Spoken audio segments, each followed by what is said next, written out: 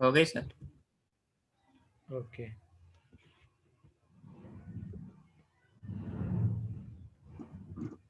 अच्छा जी, 1 minute. Slides मैंने share कर दी हैं तो सब कुछ शो हो रही हैं।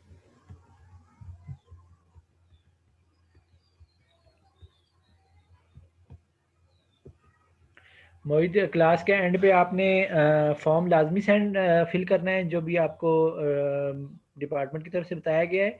और एलएमएस चेक कर लें, एलएमएस पे ईच एंड एवरीथिंग अपलोडेड है। मैं आपको दोबारा एलएमएस का स्क्रीनशॉट भी सेंड कर लेता हूँ। तो इसका जूम का लिंक भी आपने एलएमएस पे क्रिएट किया है?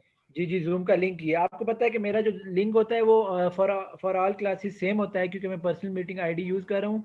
मैंने एक ही सिंगल लिंक शेयर किया है, तो वो हर वीक के लिंक में मैं दोबारा शेयर कर दिया करूँगा। तो आपने वो सेम लिंक ही यूज़ करना है, ठीक है। आपको व्हाट्सएप ग्रुप में भी मैं शेयर कर देता हूँ और एलएमएस पे भी मैंने अपलोड कर दिया है, ठीक है। तो वीक 12 वाले अगर पोर्शन में आप देखें तो आपका असाइनमेंट 3 अपलोडेड है। असाइनमेंट को मैंने बता दिया है क्या करना है, इसकी आपके नेक्स्ट वीक तक की डेडलाइन है। क्विज़ 3 का वहाँ पे मैंने पोर्शन डाला है। उसके बाद लेक्चर 20 या 21 जो आज हम पढ़ेंगे, उसके बाद जूम लिंक और लेक्चर की रिकॉर्डिंग।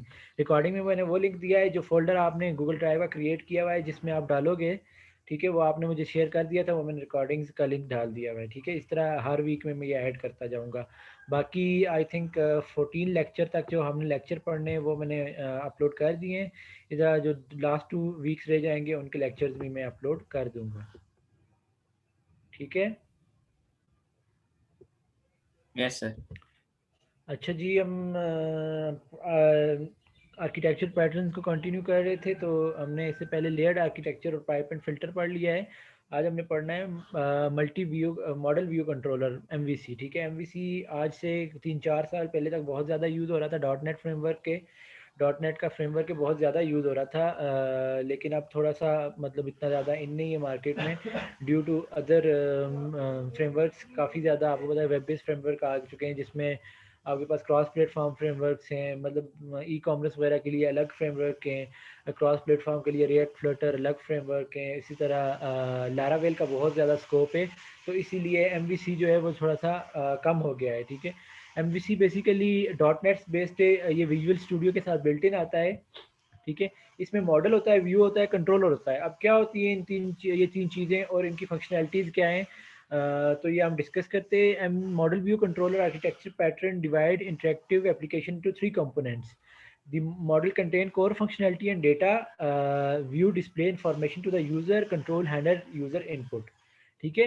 बेसिकली 3 कंपोनेंट्स हैं। मॉडल जो आपका होगा वो बेसिकली क्या होगा, उसमें आपका data, let's say data base, और जो कोर फंक्शनैलिटीज़ मीन्स आपकी जो प्रोग्रामिंग है, ठीक है, बैक एंड कोडिंग जो है, ठीक है, वो होगी। व्यूज़ जो आपका एक व्यू से आपको ऑब्वियसली पता चल रहा है कि ये रिलेटेड टू इंटरफेस है जो, या आपकी जो फ्रंट एंड है, आप फ्रंट एंड के जरिए ही सिस्टम को यूज़ करते हैं। तो व्यूज़ से मुराद से आपने जो भी फ्रंट एंड मैनेज करना है, जिस तरह आप जो कन्वेंशनल वेब डेवलपमेंट है उसमें आप HTML या CSS यूज़ करते हैं फॉर फ्रंट एंड, इसी तरह इसमें भी व्यूज़ जो है डॉट नेट फ्रेमवर्क में या एमवीसी में, अब व्यूज़ में बेसिकली HTML CSS ही होती है, लेकिन इसके कुछ आपके पास क्लासेस फंक्शंस वगैरह प्री डिफाइंड होते हैं, उनको यूज़ करते हुए आप फ्रंट एंड डेवलप करते हैं। उसके बाद controller handle the user input. Basically views से मॉडल तक जो भी कम्युनिकेशन हो रही होती है उसको कंट्रोलर मैनेज कर रहा होता है। कंट्रोलर भी एक बेसिकली बैक एंड प्रोग्रामिंग, या आप कह सकते हैं जो आपकी कोर फंक्शनैलिटी है प्रोग्रामिंग कॉन्सेप्ट्स की अपने सॉफ्टवेयर में, तो उसको हैंडल करता है। इसमें भी आपके पास कुछ क्लासेस होती है, कुछ फंक्शंस होते हैं जिनको आप यूज़ करते हुए व्यू से मॉडल तक डेटा की ट्रैवल या डेटा हैंडलिंग कर रहे होते हैं। Views and controller together comprise the user interface. तो बेसिकली टुगेदर वो यूज़र इंटरफेस को मैनेज करते हैं व्यूज़ और कंट्रोलर। ऑब्वियसली जैसे आपके पास एक फॉर्म है, आप टेक्स्ट इंटर करेंगे, उसमें आप या रेडियो बटन यूज़ करेंगे, ड्रॉप डाउन मेन्यू यूज़ करेंगे, जो भी है आप सबमिट करेंगे, या कोई वीडियो प्ले करेंगे, किसी बटन पे क्लिक करेंगे, किसी मेन्यू बार पे क्लिक करेंगे, किसी लिंक पे क्लिक करेंगे, तो वो आप इंटरफेस यूज़ करें, उसके बैक एंड पे वो कंट्रोलर उसको हैंडल कर रहा होता है। कंट्रोलर उस रिक्वेस्ट लेके जाएगा आपका मॉडल तक, फिर मॉडल से वो रिक्वेस्ट फेच करके सक्सेसफुल है या अनसक्सेसफुल है, जो भी होगी, तो वो आपको बैक यूज़र इंटरफेस तक आपको शो कराएगा। A change propagation mechanism ensure consistency between user interface and the model. Change propagation mechanism ensure का मतलब है कि यूज़र इंटरफेस और मॉडल को के दरमियान कम्युनिकेशन, जैसा कि मैंने बताया कि कंट्रोलर कर रहा होता है, तो जो भी आप कोई रिक्वेस्ट जनरेट करेंगे तो रिक्वेस्ट वो मॉडल से आपको फैच करके आपको उसका रिजल्ट शो करवाएगा, ठीक है। वो रिजल्ट जिस फॉर्म में भी हुआ, सक्सेसफुल हुआ, अनसक्सेसफुल हुआ या किसी डेटा की फॉर्म में हुआ, तो वो जितनी भी चेंजिंग मैकेनिज्म हो रही होंगी वो कंट्रोलर हैंडल कर रहा होगा, ठीक है।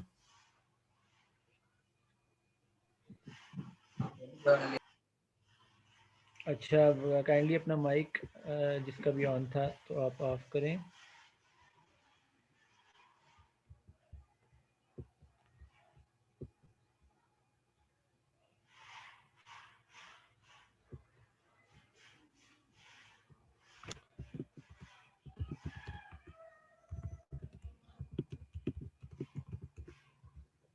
अच्छा जी,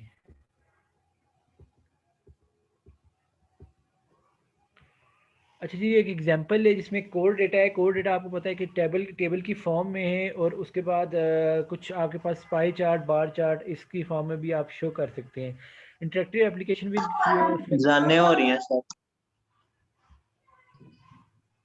बेटा अजान अभी क्या टाइम हुआ है? अच्छा चलें, हम वेट कर लेते हैं अजान का।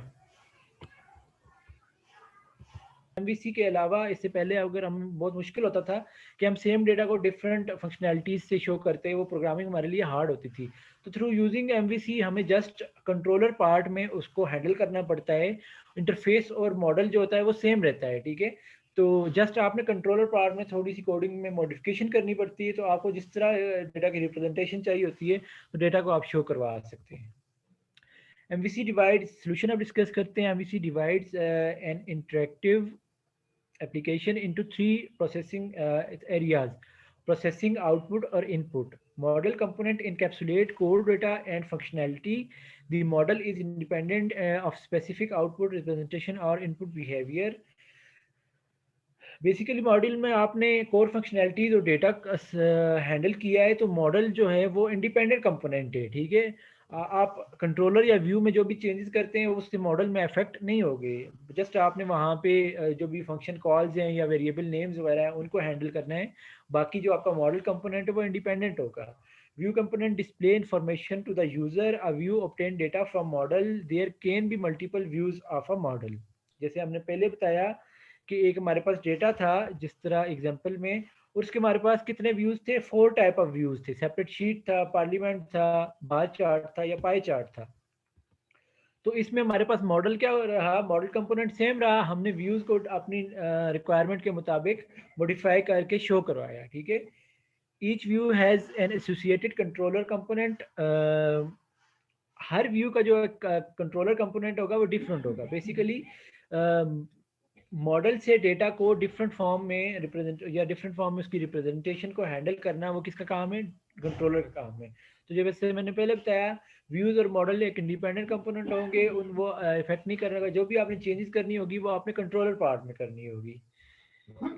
तो controller receive input usually as event that encode mouse movement, activation of mouse button, keyboard input, events of translated.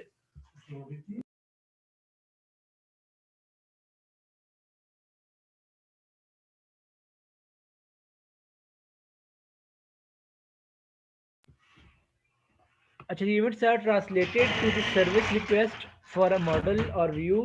The user interface with the system solely through the controller, ठीक है। तो बेसिकली आपने व्यूज पे जो भी आपकी interface में आपकी आप डेटा हैंडल कर रहे होंगे या जो भी मेन्यूज पे हैंडल कर रहे होंगे, लेट से आप रेडियो बटन पे क्लिक करते हैं, आप फॉर्म फिल करते हैं, आप माउस की मूवमेंट, वो आपका हैंडल कौन कर रहा होगा? कंट्रोलर कर रहा होगा, ठीक है।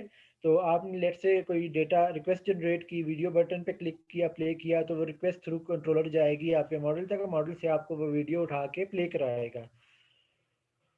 तो व्यूज फॉर यूजर इंटरफेस या यूजर की जो यूजर को डेटा की रिप्रेजेंटेशन है उसके लिए यूज करते हैं हम मॉडल। आपकी डेटा की हैंडलिंग और आपकी जो कोर फंक्शनैलिटीज होती हैं, बैक एंड प्रोग्रामिंग, और कंट्रोलर आपकी जो भी फंक्शन कॉल्स होती हैं। कंट्रोलर बेसिकली मोस्टली अगर प्रोग्रामिंग कॉन्सेप्ट में बात की जाए, आपकी फंक्शन कॉल्स या को हैंडल करता है।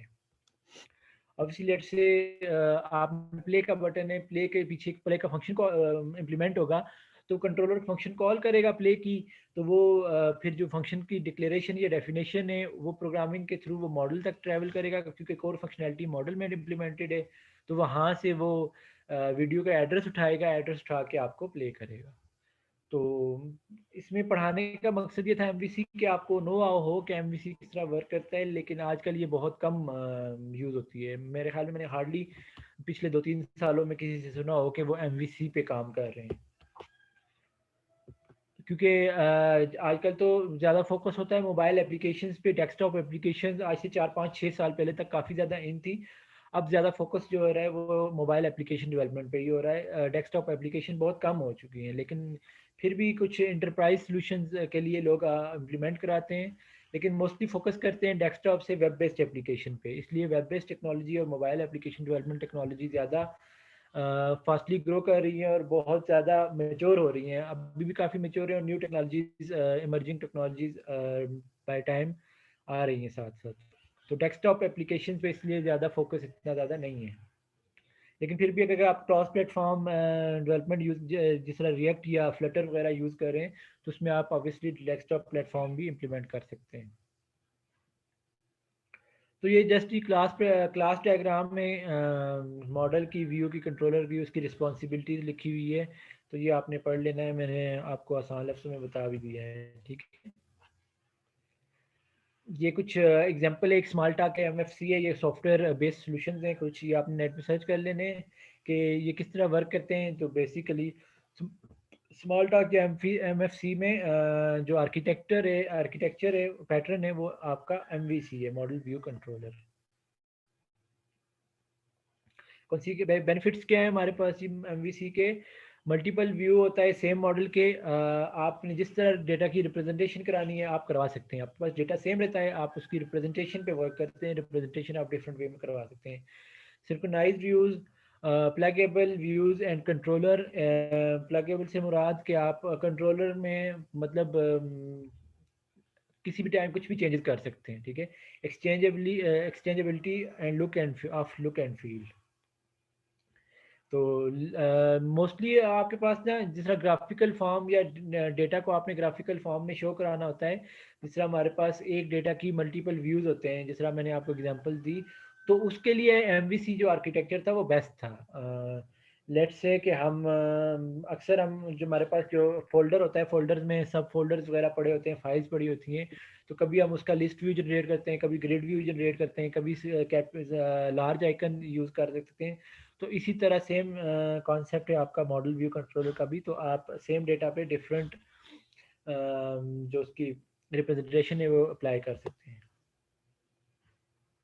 अच्छा, अब इसके कुछ बेनिफिट्स तो हमने डिस्कस किए, कुछ इसके नुकसानात भी हैं, या इसमें क्या मतलब हार्ड क्या है एमवीसी को यूज़ करते हुए। मतलब आप कौन सी चीज़ें ज़्यादा इजीली हैंडल नहीं कर सकते। इंक्रीज कंप्लेक्सिटी ऑब्वियसली इसमें इंक्रीज हो जाती है, क्योंकि आपने कंट्रोलर को बहुत जो उसकी प्रोग्रामिंग लॉजिक होती है कंट्रोलर की, वो बहुत ज़्यादा हार्ड होती है, ठीक है, क्योंकि आप सेम डेटा पे मल्टीपल रिप्रेजेंटेशन पे काम कर रहे होते हैं। इसलिए आपकी प्रोग्रामिंग लॉजिक क्रिएट करना इजी नहीं होता। Potential for excessive number of update. Obviously update जो जो आप कंट्रोलर में चेंज करेंगे अपडेट ज़्यादा आएंगी। जितनी आपने रिप्रेजेंटेशन ऐड करनी है वो भी आपको अपडेट करनी पड़ेंगी इस पर। Close coupling of view and controller to a model. जैसे आपने पढ़ा हुआ है कपलिंग और कोहेजन क्या होती है।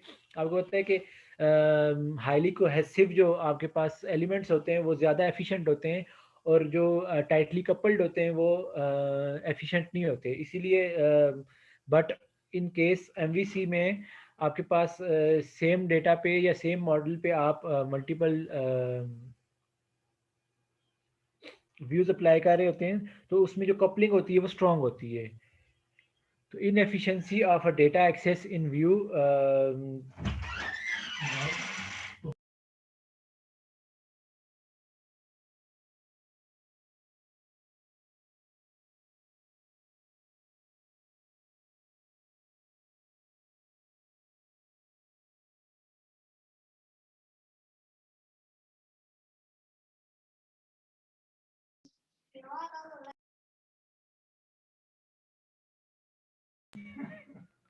अच्छा जी, inefficiency of data access in view, difficulty of using MVC with modern user interface। तो आजकल आप जिस तरह हमारे पास जो टेक्नोलॉजीज हैं, ज़्यादातर कौन कौन सी यूज़ हो रही है मॉडर्न यूज़र इंटरफेसेस के लिए? लारावेल फ्रंट एंड के लिए यूज़ होती है या बैक एंड के लिए, एनीवन?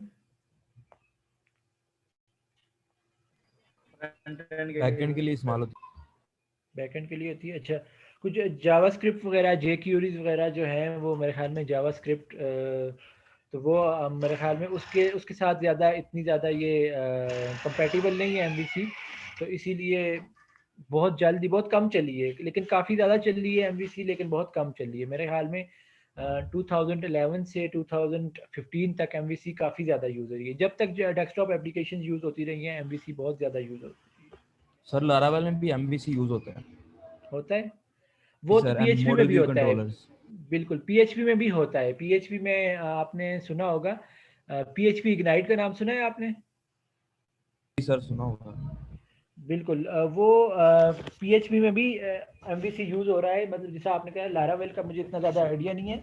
लारावेल में भी कुछ फ्रेमवर्क में हो रहा है यूज़, लेकिन जिस तरह डॉट नेट में अलग से एक फ्रेमवर्क का पूरा एमवीसी या आर्किटेक्चर पैटर्न था, तो उस तरह टोटली एमवीसी में डेवलपमेंट नहीं हो रही। मतलब आप टेक्नोलॉजीज डिफरेंट टेक्नोलॉजीज में एज अ सब आर्किटेक्चर पैटर्न यूज़ कर सकते हैं किसी किसी एग्जांपल को या किसी प्रॉब्लम को सॉल्व करने के लिए, लेकिन मोस्टली एमवीसी 2011 से 15 तक पूरा का पूरा सॉफ्टवेयर ही एमवीसी आर्किटेक्चर पैटर्न पे डेवलप होते थे। ये था जी हमारा लेक्चर एमवीसी का। अभी हमारे पास टाइम है काफ़ी, तो मैं दूसरा लेक्चर। अच्छा, इसमें किसी को कोई कंफ्यूजन समझ आ गई है सब लोगों को? Yes sir. ठीक है मोहित, रिकॉर्डिंग स्टॉप करो। हो गई सर। मोहित, मोहित जो आपने फोल्डर क्रिएट किया था ना, उसमें आप लेक्चर का नेम और डेट और जो टॉपिक पढ़ा है उसमें, और पार्ट 1 2 अगर है ना, तो उस नाम से आप उसी फोल्डर, सेम फोल्डर में आप रिकॉर्डिंग लेक्चर की डाल दिया करो, ठीक है? Okay sir. अच्छा जी, आज उसके अलावा हमने जो दो पैटर्न है, लास्ट टू पैटर्न है हमारे पास आर्किटेक्चर पैटर्न, एक ब्लैक बोर्ड पैटर्न है और एक फ्लेक्शन बोर्ड पैटर्न है, ठीक है? Black board architecture pattern is useful for the problem for which no deterministic solution strategies are known. Several specialized subsystems assemble their knowledge to build a possibly partial or approximate solution.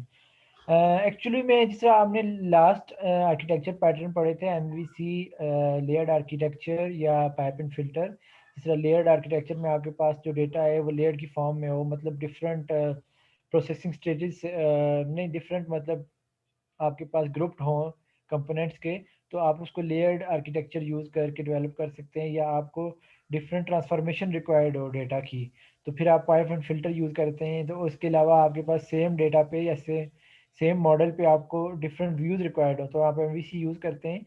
इसी तरह black board pattern आप mostly तब use करते हैं जब आपको आपके लिए जो प्रॉब्लम हो वो क्वाइट न्यू हो, ठीक है? वो न्यू हो, इतनी ज़्यादा उससे पहले आपने ना देखी हो, तो आपको ये अंदाज़ा ना हो कि आपने कौन सा आर्किटेक्चर पैटर्न यूज़ करना है। तो इसीलिए इसका नाम ब्लैक बोर्ड दिया गया है। मतलब आप स्टार्ट में ब्लैंक होते हैं, आपको नहीं पता होता कि आपने कौन सा आर्किटेक्चर या डिज़ाइन पैटर्न यूज़ करना है अपने सॉफ्टवेयर का, अपने सॉफ्टवेयर सोल्यूशन का, सॉरी, अपने सॉफ्टवेयर प्रॉब्लम का सॉल्यूशन ढूंढना है, ठीक है? तो इसीलिए आप डिफरेंट टेक्निक्स या डिफरेंट पैटर्न्स को भी कंबाइन करके, डिफरेंट डिज़ाइन पैटर्न को भी या डिफरेंट फंक्शनैलिटीज़ को कंबाइन करके उसका एक सॉल्यूशन प्रोवाइड करते हैं, तो उसे हम कहते हैं ब्लैक बोर्ड पैटर्न। तो उसका बेसिकली अप्रोक्सीमेट सॉल्यूशन होता है। अप्रोक्सीमेट सॉल्यूशन से मुराद के मतलब वो आपकी जो प्रॉब्लम होती है उसका कोई ना कोई हल आप ढूंढ लेते हैं। Blackboard style arose in AI application. Basically blackboard pattern जो होता है वो आर्टिफिशियल इंटेलिजेंस बेस्ड प्रोजेक्ट में होता है। आपको पता है कि मोस्टली जो आजकल रिसर्च एंड डेवलपमेंट हो रही है, R&D, वो किस में हो रही है? एआई में हो रही है। एआई के आगे जो आपके पास फील्ड्स हैं जिसमें मशीन लर्निंग है, डेटा साइंस है, साइबर सिक्योरिटीज़ हैं। साइबर सिक्योरिटी तो चलो अलग आ जाती है, machine learning, data science, deep learning वगैरह। तो उसमें बेसिकली R&D होती है। तो R&D होती है जब आप प्रॉब्लम आपके पास होती है तो आप उसको उसका सोल्यूशन आपको पता नहीं होता, फिर आप डिफरेंट फंक्शनैलिटीज़ या डिफरेंट सिस्टम को स्टडी करते हैं कि उनमें किस तरह इम्प्लीमेंटेशन हुई थी, किस तरह उनमें सोल्यूशन डेवलप किया था।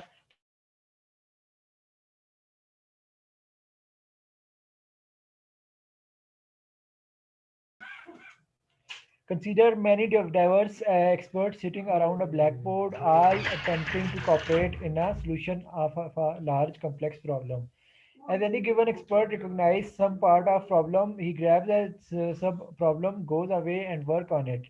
And when finished, he returns the post solution on blackboard. ठीक है, बेसिकली blackboard एक सिस्टम होता है, ठीक है, या आप सेम टू सेम जो ये मैंने अभी जो वर्डिंग पढ़ी है उसमें यही शो हो रहा है कि जब आप रिसर्च एंड डेवलपमेंट कर रहे होते हैं तो उसमें भी सेम इसी तरह होता है। जो भी टीम R&D कर रही होती है वो बेसिकली मीटिंग करते हैं, जिस तरह किसी को समझ आ जाती है तो वो समझाता है दूसरे को कि हम इसका सोल्यूशन इस तरह प्रोवाइड कर सकते हैं। फिर उसकी प्रोटोटाइप बनती है, प्रोटोटाइप के बाद वो उसको वेरीफाई करते हैं कि वो जो सोल्यूशन हमने प्रपोज किया है वो ठीक है या नहीं। Posting the solution may enable another expert to identify a problem which he can solve. अच्छा, ऐसा भी होता है फॉर एग्जांपल हम 4 लोग बैठे हैं, हम मतलब एक प्रॉब्लम को डिस्कस कर रहे हैं, उसका research and development solution provide करने की कोशिश कर रहे हैं। तो लेट से मुझे पार्ट ऑफ प्रॉब्लम समझ आ गया, मैंने उसको ऑन पेपर या ऑन सॉफ्टवेयर उसको इम्प्लीमेंट किया और दूसरों को दिखाया। हो सकता है दूसरों को वो पार्ट ऑफ प्रॉब्लम का सॉल्यूशन देख के कुछ अंदाज़ा हो गया हो और उसमें फर्दर कंट्रीब्यूट कर सकें।